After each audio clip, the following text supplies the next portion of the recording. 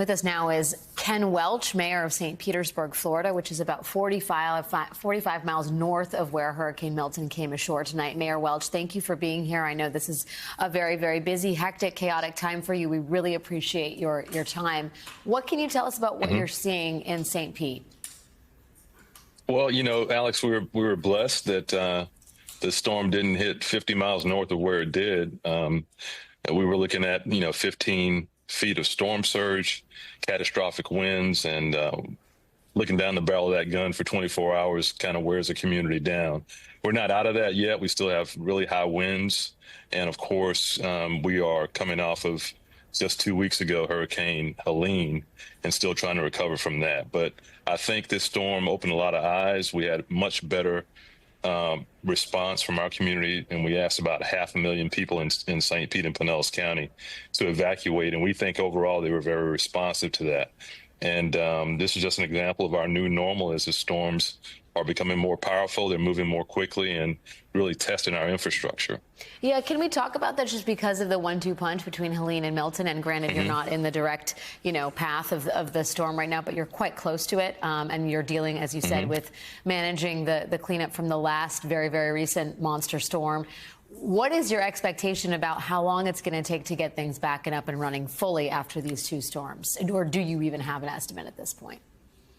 We don't. We know just from a debris standpoint, just from Helene, we were looking at months of debris pickup. And one of the problems that we obviously ran into is trying to compress 6 months of debris collection into just a few days before Hurricane Milton hit us. We've also got infrastructure needs. And, we believe in climate science, and we've been investing in our CIP for our infrastructure for years. But the pace of change that we're seeing in the strength of these storms and the impact is really outweighing our capital investment. And so we've got to relook at, everything from our sewer plants to wastewater to seawalls. All those things have to be improved at a more rapid pace because the change is coming that much more quickly than we thought it would.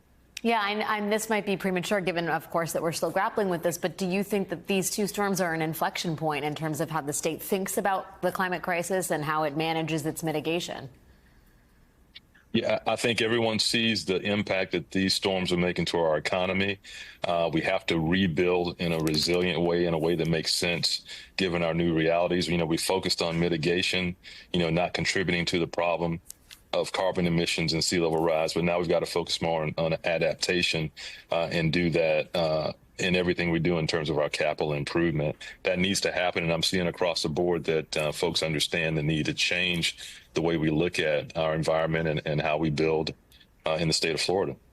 Are you talking to other mayors? I would assume, because you guys are all dealing regionally with the same crisis here, the hurricane that's coming through the area.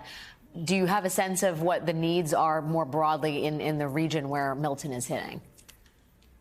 I think mayors from all across the state of Florida are on the same page. I've heard from mayors from all across the state, from Tallahassee down to South Florida. We kind of call each other when we're in the target of these storms. And so at the local level, mayors, county commissioners understand the investments we need to make given the realities of these storms and the impact that they can have on our community.